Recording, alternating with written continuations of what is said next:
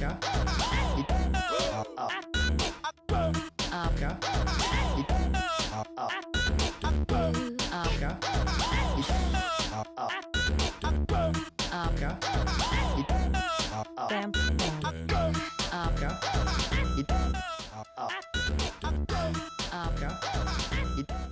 Jeff, got Dania go and DL debate. Le Misha, Brendan, O'Davnia, and Shaw, Highland Radio. Welcome everybody to the DL debate. Thanks so much for tuning in now on Highland Radio or back via the podcast. Coming up on this evening's show later on, myself and Maureen O'Donnell are going to talk all things football championship here. We were down in Nadunov yesterday to watch a very exciting round 3 rearranged game between the home team Downings and Niamh Conaill. We'll be discussing Niamh Conall's victory, the round 4 draw, and of course all the LGFA action from the weekend. Well done to the Donegal Masters after a deadlock game with Sligo in the semi-final of the championship was rearranged after light ended the day last week. They come and did the job and came through. They're going to play 4-time champions Tyrone, going to be up against it with their neighbours Tyrone. Well done to Eddie Crawford's men. Brian McLaughlin is a captain. There's an interview from him up on highlandradio.com. Big Brian still does a wild bit of captain, does a wild bit of scoring. The main man himself. Tune in there and listen to him. But first, it was, of course, club final. The biggest day in the club calendar here in Donegal. Club finals at the weekend were played out in the O'Donnell Park. Joining me now is 2 former Donegal hurling stars, 2 men who know a thing or two about the small ball. They've won national titles and, of course, represented. This is diplomatically tonight. We have a man from Unions and a man from Setanta, Colm Breathnach and Niall Cleary. Lads, you're welcome. Thanks, Brendan. Well, did I get you on here? You there, Niall? Yeah, hearing you loud and clear. How's the voice there? We first just have to say congratulations, of course, to Setanta, another championship one. Well done. Yeah, thanks, Brendan. The voice is hanging up. Thankfully, I wasn't one of the ones who got up to sing. There was a bit of an open mic night for an hour last night, I think, but I had the sense to stay away from the microphone. Well, speaking of singers and musicians and everything, Moonshore and what else? Pre-Ouija, is that? Well said, Brendan. Well said. Pre-Ouija. We'll give it that one. Connie Shimply, my who, Brendan. Good man. Congratulations, Niall. Fair play. Yeah. Thanks, Colin. Appreciate it. Colin, somebody could have added the music there, but might have been the right venue for you, Colin. Lads, just before we get into the game, Niall, the venue, I was just speaking to Colm there, he's up in studio this evening. 3 matches in O'Donnell Park, you know, I mean, talk about holding up. The pitch was unbelievable in terms of what a great place for the hurling finals to be, and there's not many pitches could take that type of I suppose use in one day, but great facilities there, and it was a great day. Yeah, absolutely unbelievable, Brendan. I was when I was walking out onto the pitch and we were doing the warm-up, like you really wouldn't have known that there was 2 games on that day, and it was such a heavy showers that morning. So all credit to the staff there. They did an amazing job to host the 3 finals, and there seemed to be a huge crowd at it. It was the biggest crowd I can remember for a Donegal Hurling Final anyway. So yeah, a great occasion, and fair play to the St. Unions Club for facilitating it again. Yeah, and listen, hurling's on up and up, and you 2 guys are doing plenty involved in the background of that, as well as playing there, Niall, yourself, and taking that medal. Just on that, Colm, the pitch, that wee hop bounce up you get to play again. I don't know, is there a name for that, the way you flick the ball back up to yourself? Well, it's just I know you would have been a master at it. I know, but it's just an hour pickup. But like Niall said, you need a cushion underneath you. You know what I mean? Yeah. And like Niall's right. You're talking about the 3rd game there. There'll be a lot of pitches, and there'll be none of that nice fancy pickup because there'll be nothing there to pick it up from. I couldn't get over it either. Yeah, I was chatting with my cousin about that. He said if you did that my day, you'd have got a belt, right? And because of Monaghan, he would have played for Monaghan. But he was saying that at his day, between the slitter and the pitch, he says you tried that, the ball would have got lost in the grass. And the 37-inch hurl to go with it. But listen, we'll start at the start. Now, big day for Letterkenny Gaels, of course. That was their first senior final, and they came out on top, and first title for them. And again, we're talking about the game and promoting it, and there's a club that's now on the up. Yeah, definitely, Brendan. Fair play to them. I think that's their first win at any adult level competition, and it's a credit to the work they've put in there. And it's hard, like being the smaller club in a town, but it's definitely needed to cater for the numbers in a big town like Letterkenny. So it was brilliant for them, and they've had good hurlers over the years, and just maybe haven't been able to to get a good enough team, a good enough supporting cast out. But they have a good team now, and they have a couple of young lads coming through. Donald Farley there he's the captain. He's on the Donegal senior panel. So yeah, they seem to be making great strides there, and congratulations to them as well. Yeah, congratulations, Gail. Big one over Burt. It was 18 to 5 points. Bit of a no contest in the end in the final. Listen, you're there to win it, but it was a bit disappointing that Burt didn't have make more of a game of it. Yeah, it was. I suppose for the supporters, it was disappointing. But I suppose you have to remember, and I suppose this is kind of the nuances of hurling in Donegal. You're talking about Letterkenny Gaels, who were putting out their number one adult team, versus a Burt team that were probably second string and third string hurlers. Do you know what I mean? And no disrespect to Burt for doing that. It was great that they were there, but the fact that Gaels were able to put out a team number one and number two to have a great squad there, and I suppose the cliche is you play what's put in front of you, and they destroyed them. It just wasn't a contest. But no, I still enjoyed it because I could see fellas that I didn't even know hurled, and there they were out in the field, playing hurling. And like Niall is right, it's great to see the work that they're doing. Like even underage, they're now producing teams that they weren't producing 10 years ago. And like units were in that position 10, 20 years ago, where we were struggling to produce teams, and now it's kind of turned for us. And wouldn't it be great? I mean, in all of this, we have to understand that we're in a football mad county, and any kind of development of hurling has to be welcomed. And I don't care what club it is. Like the fact that there's hurling like that going on in Letterkenny, in the town of Letterkenny, I think it's only to be lauded. Yeah, and where does that leave the Gaels then? Do they end up in the intermediate? They can now go up to intermediate. So the likes of that Unions team, you could have that could be a decent battle. We love our derbies, of course. That'd be lovely. I might come back myself for that one. We're setting it all up. There you go. Dust off the hurl, I'll tell you for sure. Listen, well done to the Gaels. And the intermediates and Unions got the better of Dunlow. And again, Niall, maybe not the contest we were expecting it, particularly from Dunlow after a great start to the match. And Unions really took over after them open 7 or 8 minutes. Yeah, and as I said to you last week, Brendan, that's a really good intermediate team in Donegal. Like as a goal, you have Stephen Doherty there, who had been on the Donegal panel for a good few years back, and he was playing. There's a Pierce Glynn and a Stephen Donoghue there, who are both from Galway, really good hurlers. And you've a lot of lads there who would have a lot of senior experience with Unions over the last few years and even this year.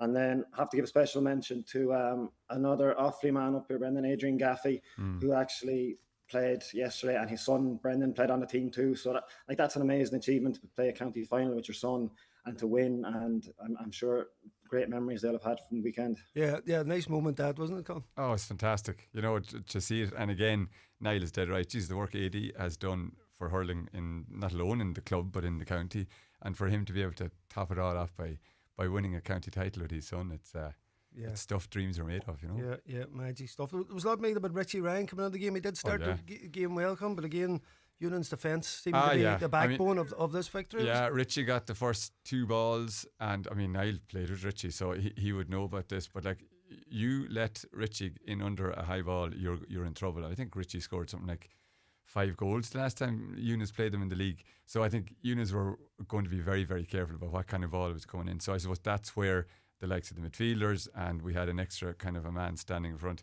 And Richie was starved of sliotar for the rest of the day, and that kind of was why Unions won it. Yeah, tactics is right. This is their captain, Conor Neely. We got a couple of words with him after the match. And you're welcome back here to the O'Donnell Park. 2 games of 3 completed on hurling final day here in Letterkenny, and I'm delighted to say I'm joined by the winning captain of the St Union side, who were just crowned intermediate champions for the very first time in the club's history, and that is Conor Neely. Conor, thanks for joining us so quickly. No bother. Congratulations, well done. Thank you. Big performance. Oh, it was indeed. Yeah, it was hard. Now they're a good team, and they're a couple of very powerful men out there, and it took a lot to beat them, so I'm happy we did in the end up. Yeah. Listen, I think it's fair to say, maybe despite the first 5 minutes, it was really all Unions in that game. Would you agree? Probably was, except the scores weren't quite going over the way we wanted, and it kept them close enough in it, except high and large, the possession was mostly ours, I'd say. Yeah, sort of. But once you've got a grip on this game, you're leading out by 3 points. Yeah. And then you came out and hit 4 for the very first time. Yeah, the squeeze was really on the opposition. Yes, it was indeed. Yeah.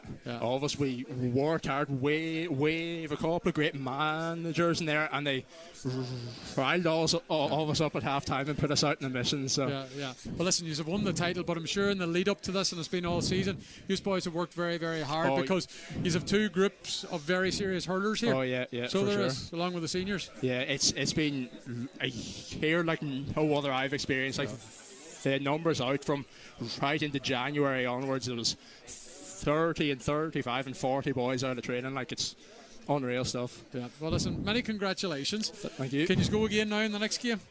I think so. Yeah, I think we can. Certainly hope so as well.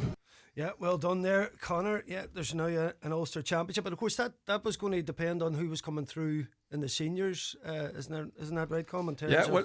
It just means that because Setanta won the intermediate a couple of years ago, the Ulster intermediate, they're qualified now to play in the senior Ulster, which, you know, that's no mean feat. I mean, for a club from Donegal to be going out there now and playing senior Ulster hurling, against an Antrim team too. They've been drawn against an Antrim team, but Setanta deserved that. I mean, they've kind of led the charge for wins and hurling in the county for the last couple of years, and it's good to see it. But it does mean that St. Eunan's, now be it a mixture of both teams or the senior team, now can go and compete in the Ulster Intermediate. So every cloud, Niall, is a silver lining. You've got the St. Eunan's and the Intermediate Championship, and now for your own runs through Ulster, and will that do a lot for this team if they can win a few games? And you talk about experiences in hurling and go outside the county, so it could be a great thing for St. Eunan's to go on a run in the Ulster.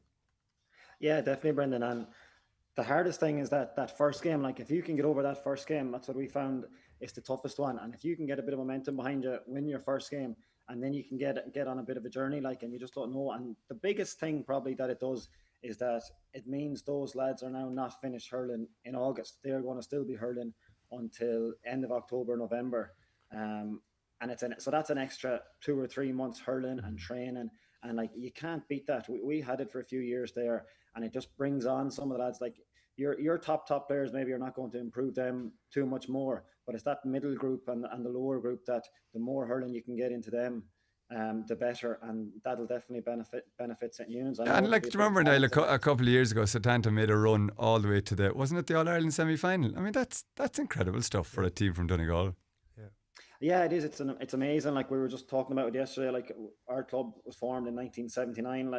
And on a weekend like that, when you know now you're going to be able to compete at Ulster Senior and you're playing at the same level as every other club in the country now, and then you think of people like Eamon Campbell and Kathleen Campbell and Danny Cullen Senior, who'd be grandfather of Danny the player now, and Eamon Farrell and Austin McGovern, some people we've lost in the last couple of years. And you think how proud it would be for them to see the club that they started now going up to take on maybe a Cushendall or a Lochiel in the Ulster Senior, and their families obviously still heavily involved at the moment. So Eamon Cameron would be in his element, Niall. Yeah, he would. Yeah, he would. He'd be loving that to go up to Glendalough to take on Lochiel, wouldn't he? He'd just love it. Could you imagine him? Good hear. Yeah.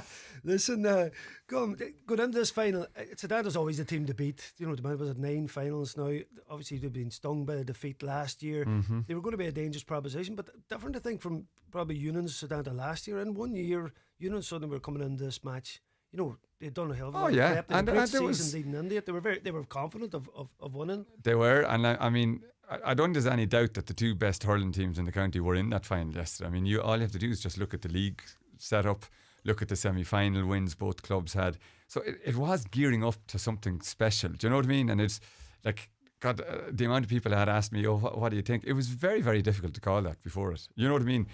A couple of years ago, you'd be kind of saying, Ara, we hope we'll do something. But it was different this year. Like, you know, Eunan's went in there, I would say, absolutely expecting to win. Setanta went in there, absolutely expecting to win. And that's what great games are made of. And Niall, just a bit of background for Setanta. You won a lot of championships like that there, and it's sometimes hard to get the fire. Was the pre-season and leading into this season after the defeat to Burt, was that a bit of a galvaniser in terms of coming back to right the wrong from the final? Yeah, like, I suppose when you lose one, like, it does definitely give you that little bit of extra motivation for the next year. And definitely fitness was something that we put an extra focus on this year. and the lads started back in Hup Fitness way back early in the year, and to give ourselves that base. And it probably showed on Saturday that we finished the game maybe stronger, and we did have it in the legs in the last 10 minutes, and it definitely helped. But yeah, like Colm said, like going into that game, it was a real 50-50 game, and even on the day, like we got the goals at the end, but if the game had gone the other way and Units had won, we couldn't have overly complained either. It was a 50-50 game, and that's the way it played out on the day as well. Yeah, listen, very blustery was one of the unfortunate things about it. Colm, listen, just look at the two teams, the way Cormac Finn was sweeping and burning Lafferty. I was just chatting to you there before we came in about Union's going long ball at times. It seemed to be a wee bit more of a threat from Setanta, in terms of that long ball. And to me, I was thinking, should they have played it through the lines a bit more, because there was a lot of ball cut out in that first half from sweepers. They ended up 5 each. It was very low scoring, but that was, conditions was causing it. And both sets of defenders were on top. I mean, that is the way it looked, even from the stand. And like you said, we had two sweepers protecting the full back line. Everybody say to you, unless you have a full forward who's winning the ball, and neither Josh nor Cian Randall's on Union's side were winning enough ball to kind of back up the long ball. So I think there's an argument to be made. Maybe we could have brought it through the lines, but then every time Brian McIntyre got the ball, he seemed to be able to punch holes with his running, and you're kind of going, God, maybe that's the way we should have kept going. But like Niall's after saying something very important there. Like last year, the year before, that running game from Unions would have possibly tired Setanta out, but they weren't tiring out this time. They were well able to, and that's like I would agree with Niall.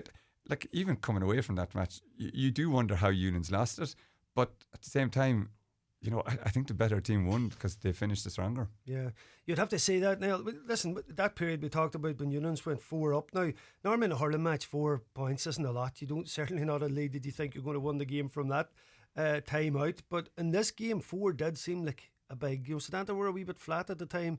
Unions seemed to be on top. If you were guessing it at that point. But there was a great response from Setanta then after that in terms of going behind. They really controlled the game. I think Unions didn't score then for maybe about 16 minutes. And Unions went really flat. Yeah, it was definitely a worry at the start of the second half, Brendan, watching on and seeing them going ahead. And we didn't look to be creating any chances. And it was definitely worrying. But then I think an important change happened. We got an injury to one of our cornerbacks, and we needed Rory McLaughlin, and we needed to rejig things. And it ended up bringing Danny Cullen out around the middle. And he kind of steadied the ship there, got on a lot of ball and just making the right decisions and getting us on the front foot. And then we won a couple of frees, and Jared kept us in the game with the frees. And it was just probably that bit of experience, at that point that, right, we just can't let them get too far away from us here. You just got to keep digging in and tipping over points at that stage, not panicking. And that's kind of what we did. Yeah. And it kept down, I suppose, that 59th minute, Josh Cronley gets the ball. And I was just speaking to you about defending. And when you get turned like that in hurling, you're in trouble. Like, so you're going to win the ball first, but he is such a physical, unit that if he gets the wrong side of you, and that first goal in particular really was the killer. That was the dagger, because in a low scoring game, it was point for point basically, or towards the end of the game. Yeah. It looked like it was heading for a draw, but he had ideas. And like it was a dagger into the heart for Unions. I mean, like Unions were 4 points up, and then there was a couple of maybe controversial frees given, but Jared Gilmore is a serious free taker. And like the breeze in O'Donnell Park, I remember taking frees down there, and you'd always be wondering, is it coming in from the left or from the right? Half the flags are saying so it's not easy to take a free in O'Donnell Park, but he stuck some very important frees that brought them back level. And then, like you said, a ball into Josh. The defender then has to make a decision. Do you come out in front with your hurl and try and break the ball away? If you miss that, which is what happened, Big Josh was well able to just turn his man physically, and then the defenders are left with a choice, because once a man of that stature goes past you, you either foul him or you try and dispossess in it. And unfortunately, for a Unions point of view, that was the killer. He went in and he stuck a great goal, and he won it very well himself. You know what I mean? It's not easy win, because it wasn't a great day for forwards trying to win ball in those blustery wins. And like when he got that in his hand and he starts running, like you knew there was something dodgy going to happen, and he stuck both goals very, very well, he's such a handful. I could imagine himself and McBride at training must have some battles, because he looks like a serious commanding fullback. I'd say they be. That's some way to sharpen yourself up going into a championship match if them two are taking it on each other at training. Now. Yeah, I don't know which of them is more unlucky. I don't know which of them is coming away from training thinking, "Oh, geez, I have to mark Stevie tonight," or "Oh, geez, I have to mark Josh tonight." But you're right. He's such a powerful man. Like, and in fairness, the management have been on to him this year to kind of change up his game, add in a bit of like shipping the ball off or taking it on the outside and popping a point, because Josh really does have goals on his mind. Like, I came in there the last 10 minutes and he was just shouting out the field, "Just get me the ball, just get me one ball," and then. That, like, in fairness, it came from actually a mishit from one of our forwards, JP, and it just kind of probably caught Lorcan Heavey a bit unawares. And before you knew it, Josh had the ball and he had him spun. And then when he gets in there, he just doesn't miss. Like, and delighted for him. He's had a busy few weeks. His partner Molly had a baby recently, so it was a big few weeks for him, and just delighted for him because he's put in a massive effort this year. And very important, Niall, to say that I'm a teacher up in the Gael School, and this little fella in first class came up to me and he says, "Hi, Munter Colm, come here for a second." He said, "Satanta are going to win on Sunday." I found out later he was Josh's cousin Max. He was the one man in school today with a huge smile on his face. Josh will be he swapping has the same confidence Josh has, so that's what he said to you. Josh will have to swap the cold bottles for the warm bottles now for the Baba.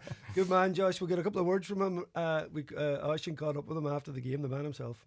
And you're welcome back to our coverage here from the O'Donnell Park in Letterkenny. We've had a brilliant day today. It's Senior Hurling Final Day. Finals Day, actually, in the hurling front in Donegal.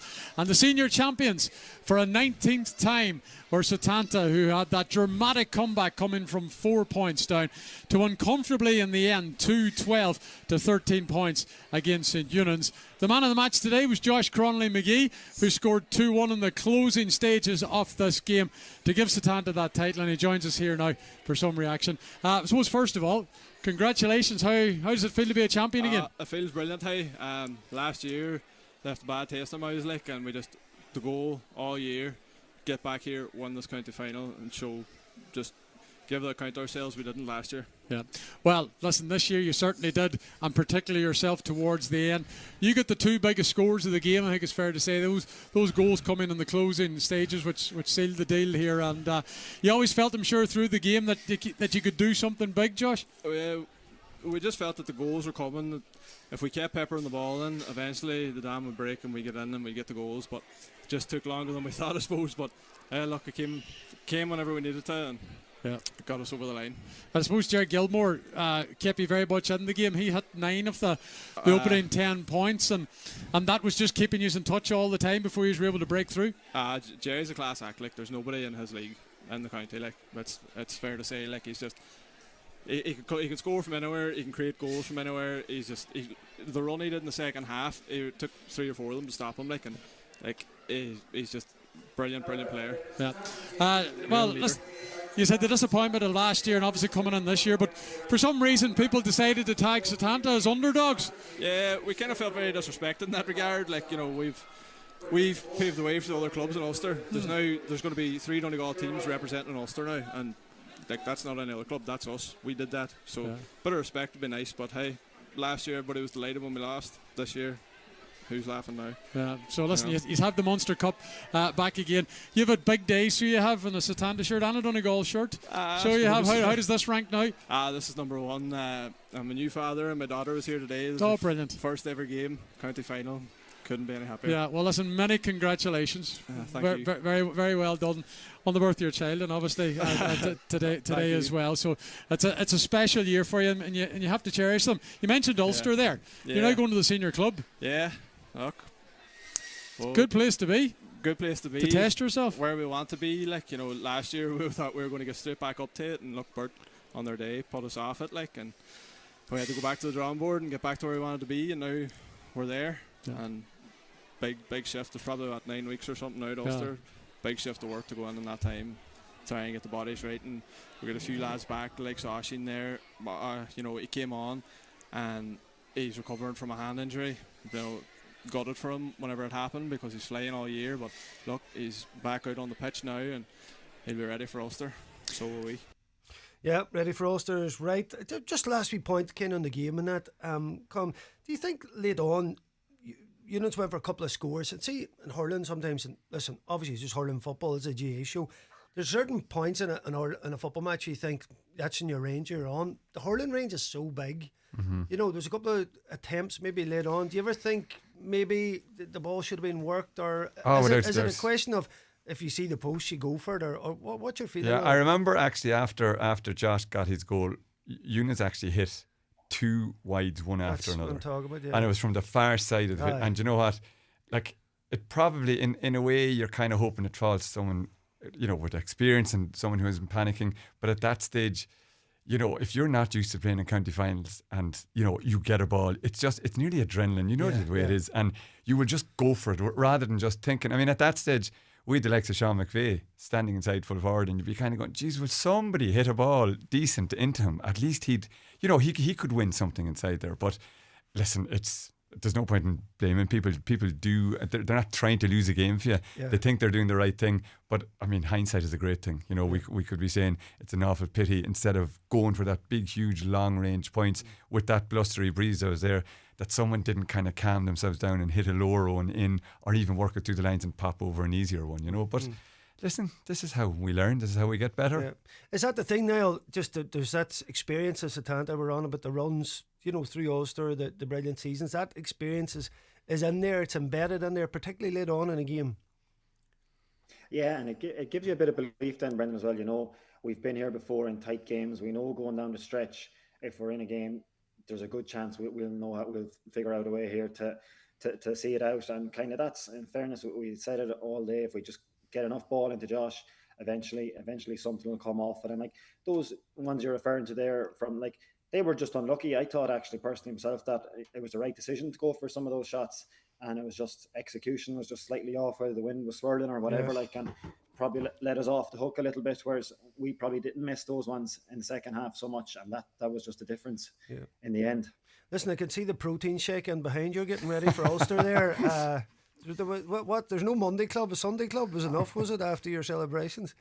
Yeah, Sunday club was enough, Brendan. I had the sense to go home. I went home around 10:30 or 11 o'clock last night. The words weren't coming out of my mouth anymore. So I need to get out of here. But it'll definitely be more than protein shakes. We need to, if we're going up against a Cushendall or a Dunloy or a Lockheed or something, we'll definitely have to put in a massive shift. We kind of had a taste of it a couple of years ago. We played Thomastown from Letterkenny, and we got a bit of a lesson that day. So hopefully we can learn something from that, and like we'll be looking to be really, really competitive in that game and go out and give a good account of ourselves now as the Donegal representatives. And just before finish up as well, Brendan, I just want to pass on condolences to Brendan and David in particular. It was a blow to Unions before the game with Ollie passing and then the two lads not being available. So from everyone at Satanta, I just want to pass on our condolences to them as well. Thanks, appreciate that.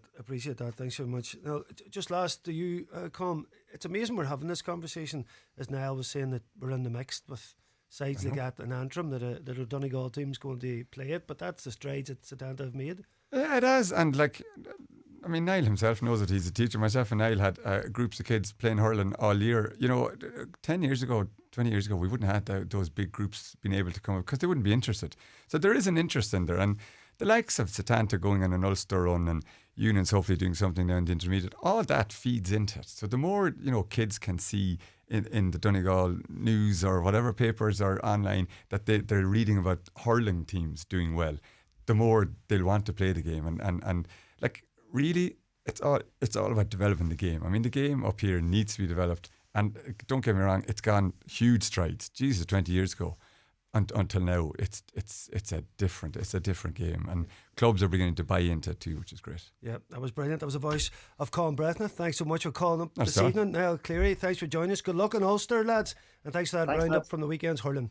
I'll be speaking to you after this break. Me and Maureen O'Donnell will wrap up the weekend's football. The DL Debate with Sister Sarah's Letterkenny, serving food you'll love till 9 p.m. daily in Sarah's Kitchen. And there's free admission entertainment every weekend. Get our best ever bundle now in the Virgin Media Playhouse. Watch your favorite TV shows, live sports, catch-up TV, and access all the apps you love to binge. Powered by our super-fast, reliable broadband. Bundled together for just €45 a month, price locked for 12 months. Guaranteed. For more great offers, see virginmedia.ie. Virgin Media. It's playtime. Subject to location and availability. New customers only. 12-month contract. €90 after offer price. Separate subscription required for streaming apps. T's and C's apply. See virginmedia.ie. This week only, get a free upgrade to Loganair's Fly Flex fare. Enjoy a larger 23 kilo hold luggage allowance, increased change flexibility, and collect more Avios, all at no extra cost. T's and C's and exclusions apply. Book by 9th July, travel from 1st August. Booking changes may incur additional fees. Book today at loganair.co.uk. It's the Right Price Tiles wood flooring and bathware 70% off sale. Get up to 70% off all your purchases. Up to 70% off all tiles, all wood flooring, all bathware. Everything's reduced in store. The 70% off sale at Right Price Tiles, wood flooring and bathware. Stores nationwide. Sale extended until Sunday. As the days get shorter, the kids get back to school, and we start to make our homes a little cosier. We're all looking for smarter ways to save. Electric Ireland can help get you there. Switch to our best smart meter plan and save up to 30%. Visit electricireland.ie.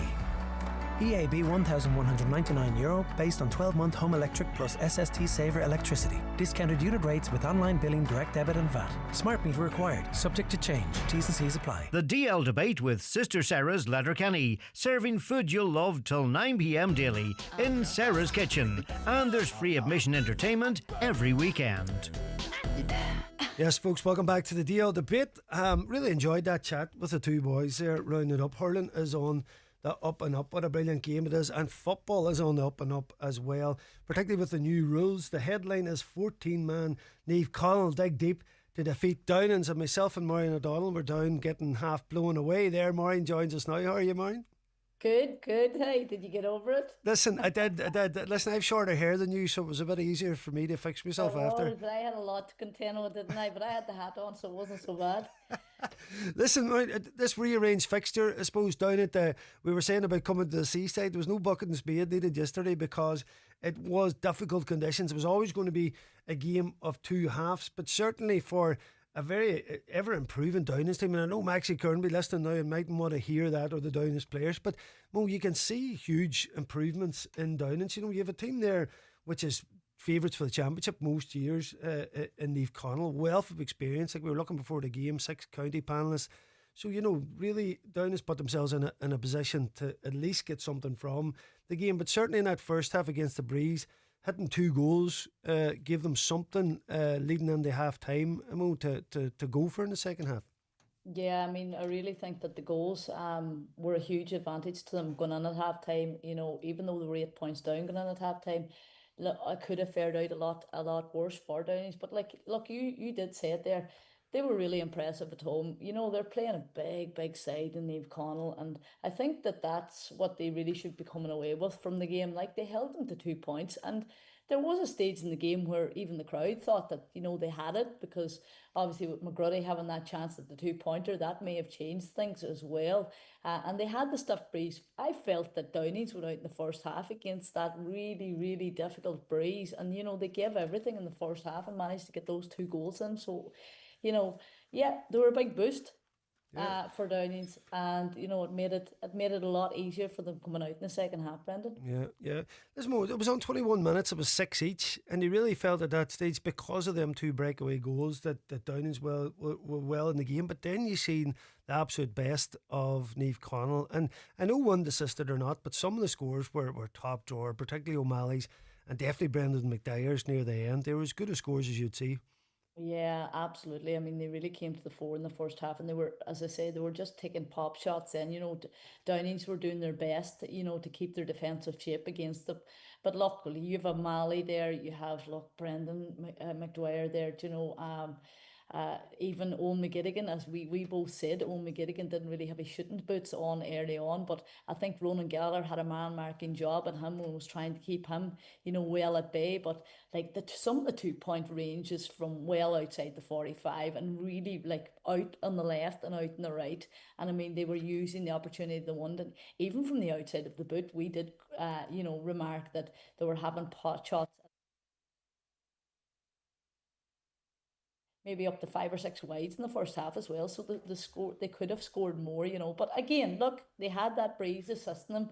And again, I'll go back to that. I thought Downings, you know, a bit scrappy at times, but they made the best of a really difficult situation, in the first half, and tried to keep the score down as much as possible. Yeah, well, just looking, there was some great battles going on out there, and Cian McBride, who got a goal in that first half. We were speaking about him. He's transferred from Meath.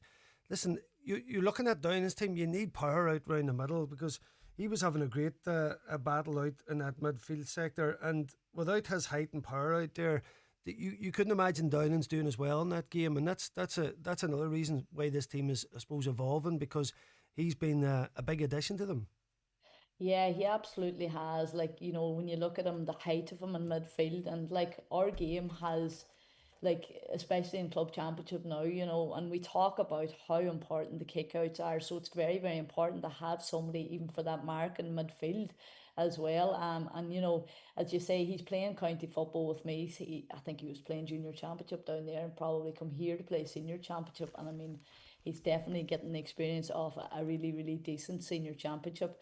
And Downey's doing particularly well, as we say. But yeah, you definitely need power around the middle. Look, it was evident there. Niamh Conlon in the second half won in a lot of their kickouts.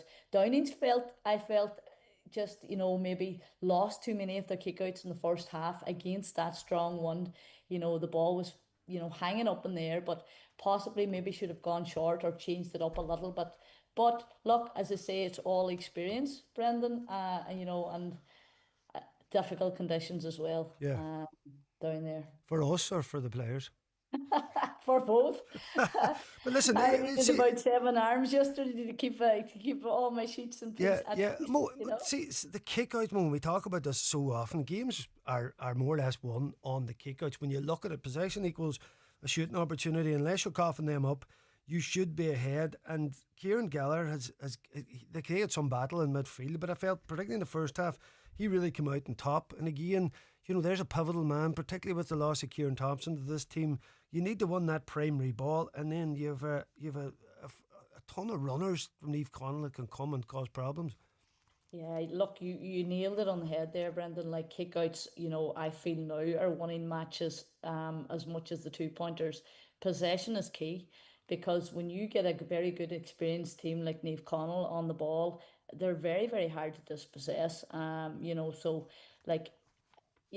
look, we remarked yesterday as well, they went down to 14 players and they come out in the second half, and Martin Regan had them on there and he was talking to them a little bit over the time he should have been, but they had to get that right. They had to get their kickouts right, because winning the kickout would get them on the ball against that breeze, and they were well able, as you seen. You talked about runners there. They had runners, and Finn Barroti, he got the man of the match. I thought he was absolutely outstanding. He was all over he was all over the field for them. But even Ethan O'Donnell dug deep. You had O'Malley. They were all on the ball, and it was very, very hard for Downies to dispossess them. So they won an awful lot of their kickouts in the second half as well, so that did help. Yeah, absolutely, Brendan. Runners and possession and key, and I felt they did better with the kickouts in the second half against the Breeze. Yeah, they did indeed, and quite a few players back in the mix. I know we mentioned Kieran Thompson, but Martin Regan named after me after the match. The differences there in this year to last year, they're certainly building a top squad there. I caught up with them after the match. Here with Martin Regan. Martin, blustery conditions down here. It was a big game for both in round 3, sitting on 2. It was a must-win for both teams, really. But I really thought the experience of your team won out and all. But it was another tough encounter for you. It was. I suppose blustery is probably an understatement. It was Gail Forsyth. They were really, really strong, and you kind of had to be here to appreciate how strong that wind was. But no, it was a great battle. Now, so it was. It was as you say, we were both on 2 points. We both probably needed a result to be sure to make the top 12. And we were lucky. We were very lucky over the line. And as you say, experience in the last 10 minutes was the difference, really. Not even the last 10, last 6 or 7.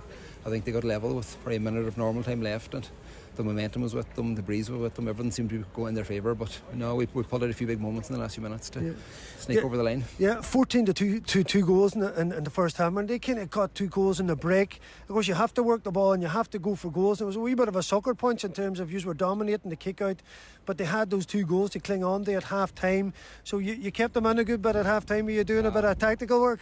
Big time. No, it was the goals were a killer now in that first half, and I suppose the way that breeze was, it was always going to be hard to kick points, and we kind of said that at half time. It's nearly easier to go after goals than it is after points and get in as close as you can, and I think we had 2 or 3 goal chances ourselves in that second half, but we didn't take them, and one of them would have made a big difference. I think Finbar broke through maybe once or twice, and Ethan got through at one stage as well, but we kind of needed one of them, it felt, at that stage, and we just weren't getting it. But no, the breeze made a big difference, and I suppose obviously having to defend then against that breeze with 10 players, obviously with Jack being sent off in the first half, it made it difficult too. But no, the boys stuck to their tasks rightly now and ground out a result. Yeah, and was that I suppose one of the most pleasing aspects from that sending off? No one seemed to see what happened at the time. You know, there's talk of a stamp, but certainly it really put backs to the wall in that second half. Oh, it did, yeah. I didn't see it myself now either, but no, it did. You know, it's a different game now to what it was in the last few years. Obviously, you lose a man and you're under big pressure defensively. You're defending with a player less, and 10v11, it is difficult, but no, the boys done rightly, and they limited their shooters, I suppose, as best they could as well. Michael Wee and Johnny McGrory never really got many shots off, and that made a big difference. The boys done really well on them. Yeah, and really tough hitting this season without Kieran Thompson, because Ethan O'Donnell back today, huge game for him. He looked real on the money. Young Malone coming on for you as well, and there's a lot added to the team in terms of going into this championship, along with the experience you have. Great having Ethan back. There is, yeah. Like, I know, obviously there's no hiding the fact that Kieran's an absolutely massive loss to us. He's been our go-to man the last number of years, so he's a huge loss. But obviously to get Ethan back there now in the last couple of weeks is a big lift, and you know, you've Kieran Gallagher from last year as well. He didn't play last year. Owen McGettigan didn't play last year. Jack McKelvey was injured all the championship last year as well. So, and obviously you mentioned Shea and Max Campbell, boys like that added to the panel as well. So Halton didn't play much last year. You know, we've a lot of boys coming back from last year as well that are huge additions as well. So obviously Kieran is a loss, but no, we've plenty of players ready to step up to the plate. Yeah, plenty of players to step up to the plate. Most certainly looking like a team mode that'll be hard to beat, but that table now looks a lot different. The fact that they had obviously lost that opening game, came through a very tight one against Ardra. They're now up in the kind of middle table area, and you know, next game up will be a big one. They are playing St Michael's at home, so you know, come through that there, Mo, they might be in a position to avoid the prelim. Yeah, listen, that's what we were saying yesterday. Look, St Michael's aren't going to be a walkover either, and they probably know that it's going to be a tough battle.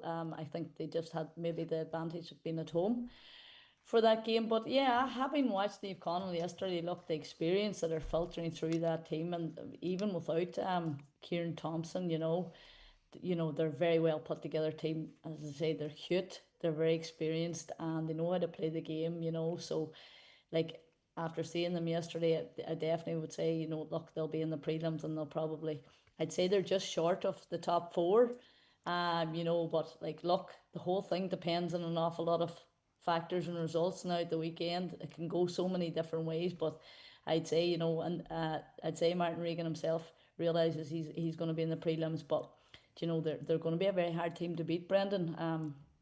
I'd say, you know, having watched them yesterday, they have a huge amount of experience, and like, look, at the very end of the game too as well, they emptied their bench as well. Thompson come off, and the Brick Malloy come on as well, and had a bit of an impact on there. Like, even Owen McGettigan was a wee bit quiet. He got away maybe at the end of the game there, but Shea Malone, he caused a few problems. He looked sharp. Exactly, yeah. He come off the bench as well. He was very, very good for them yesterday. So look, they have players coming off the bench too as well. And Martin Regan touched on that. They have players back from injury last year as well. Additions to the team, Max Campbell as well there. So they're all to come in yet. Yep. They're very, very strong, I think. Yep. The men from Downlands are away to St Noel's next day out. St Noel's still without a score, but certainly put a good performance up against St Eunan's last day out, but Downlands will be looking to win that and move to 4 points. Maxie Kerner, manager, had to shoot off after the game, and I caught up with one of their selectors, Anthony Boyle. Here with Anthony Boyle. Anthony, big game here at Downlands. You've been very competitive here in Championship. You know, you're one of the top teams in the county coming here, so close to at least getting a share of the spoil. Disappointing to lose a game? Yeah, very disappointing, Brendan. I suppose when we brought it back level, and we thought it was there for us, especially with the wind. But unfortunately, you know, Glenties are a seasoned outfit. There was 3 or 4 kickouts towards the end where we needed the ball, and they had the nous and the know-how and won those vital breaks, and that made a huge difference. And that last or the stretch, as you call it, the last 5 minutes. Yeah, the modern game's swinging so much in kickouts. When you were under the caution in the first half, they were winning all the kickouts. You know, Big Gallard in midfield, McBride was doing well for you, but they were winning the kickouts. They just penned in, but of course you give them kind of sucker punch goals in the break, and you know, at 20 minutes in, it was 6 points each. You were doing really well. They had a bit of a purple patch, and they went in 14 to the 2 goals up. But you still must have been happy enough at half time the way it went. I suppose we were happy to some degree. You know, young Pageant Shields had a big impact on those 2 goals. Terrific young footballer, brilliant prospect. But what we were disappointed was with the 2 pointers that we conceded just before half-time. Was Brendy got one of them, I can't remember, was O'Malley maybe got another, and those were key points at that stage. And I suppose they got 2 pointers at that stage that we didn't get towards the end, and in the end that was the difference, Brenton. Yeah. And indeed, them playing with a man less, you know, the way teams drop off each other can be hard sometimes to utilise that. Because looking at that team, there was so much experience. I mean, I was looking at the 6 players that were in the county squad last year from a team that was in All-Ireland Finals. So, you know, I know taking defeats a lot, but I'm just seeing a lot of progression with this down in teams this year. Yeah, in fairness, I've said to the boys just Maxie had to go. He had another commitment, and I was just saying to the boys to hold the head high. You know, the focus is completely on St. Noel's now next weekend. But for us to come closer, you know, to Glenties, you know, in my day or your day, you know, I played with Killybegs, like, and we rarely got beat by Niamh Connell. So I was saying I'm tired getting beat by Glenties, and to come so close, Brennan, is a real sickener. But there's the boys can take credit and belief from that, because you know, having beat Kilcar, come run Dunlow close here at home, and to come so close. That's the most gut-wrenching thing about it. But that's football. That's championship football too. Yeah, certainly a good, very competitive game, and Downing's doing well. They're already St. Noel's, Glenfin host Ardra, Rua playing Killybegs, Termon playing St. Eunan's, good derby there, Dunlow v4 Masters. That's a very interesting encounter, as is Niamh Connell, St. Michael's, Kilcar, and Glen Swilly as well. A lot resting on it, and McCool's versus Goodore. Some great fixtures in there. Mo, as you say, is going to do a lot to show us the shape of the table and who's going to be up or down. Very hard games to call, Mo, them matches. They are, and I mean, looking where the teams are sitting, you know, like there's teams there that have a hell of a lot to lose, you know, so that's what is going to make the weekend very, very interesting. You know, the likes of Termon there have a lot to lose. For Masters really going down to Dunlow at home, while Dunlow are top of the table, they'll still not want to be beat down there, but you know, the one would certainly help for Masters. But yeah, there's some absolutely cracking games on there, and a lot to watch over the weekend, Brendan. Yeah, most of the top half are actually playing each other, so that should leave for very interesting affair. Mo, there was a ladies championship at the weekend. Mo, the Dunlow ladies, they're climbing up the ladder. They just didn't get there yet, but they certainly were close in the Burn Road. They are, and it would have made it really, really interesting. You see, I suppose it was a must-win match for Dunlow, and really it was a must-win match for Termon, because it would have left it very tricky for them, because they're away to Moville next weekend. And if Dunlow had beat Termon yesterday, they would have been on 6 points each. So you know, that would have just left it. And then Dunlow playing Erua this weekend. I have no doubt Dunlow will beat Erua. That would have put them on 9, and then Termon would have been in hot water away to Moville. So, but listen, that's not the way it panned out. They were 5 points down, Brendan, now at half time. So Dunlow did really, really well, I have to say, and put it really up to them. And you know, just Termon narrowly got over the line by a point. In the end, you know, they'll be very, very relieved with that result. So that puts them in the clear. They're the top 2, Moville and Termon. So they'll be going into semis with the other side of Group B, which is Glenfin and St. Noel's actually made it to the semi-finals on score difference. So, you know, and that's huge for them as well. Niamh Connell, obviously, and Niamh Vora lost out. Niamh Vora haven't won a match. But that's the top 4 for the semi-finals, I'd say. You know, look, Glenfin... It's tough in Group 1, Mo. Somebody had to lose out on that side. You've 3 maybe teams that would have, you know, held their own in any semi. But yeah, absolutely. And listen, do you know what? It's a great sign of the championship, and you know how it's strengthening. And you know, listen, long may it last, Bren. The more teams that come up there and start to compete, what you really want is 2 groups that are very competitive, both very competitive. Even the teams, you know, teams winning all their matches, maybe not losing them. Like obviously, Nivora are just not getting themselves, not really getting off the mark at all, but hopefully in a couple of years they might get up there, you know.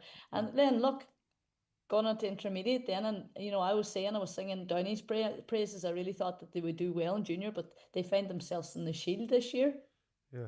So got the that's, first one that's a big upset. Got the first one against Cairn, and Killybegs unbeaten, beating Buncrana. Are they moving up the gears as well? Would they be your favourites for the competition? And listen, I'm absolutely delighted to see Buncrana going up there. Buncrana were in senior for so long, and then when you go into senior championship, you can't come down unless you apply to Croke Park, Brendan. So, and a number of years ago, they were just getting trawled the whole time, and it wasn't doing them any good, to be honest with you. And they applied, and they got back down into intermediate and dropped down. And look, they seem to be improving now. Obviously, it's a fine line. You and I both know. The call to drop to intermediate, it's very, very difficult to get out of when you get there. Whilst they can improve and there can be silverware to fight for, when you're up in the senior ranks, but you're getting trashed the whole time. It's not so nice for a team. But at least the team then, they went down and, they're in the top 2 now this time. It's very, very good. Yeah, and listen, just you need to be at that level where you're competing in terms of, if you're going to build a team, if you're shifting hammerings it's going to be very easy for people to walk away, and the whole where the team should be is unrealistic. It's like a spiral, isn't it?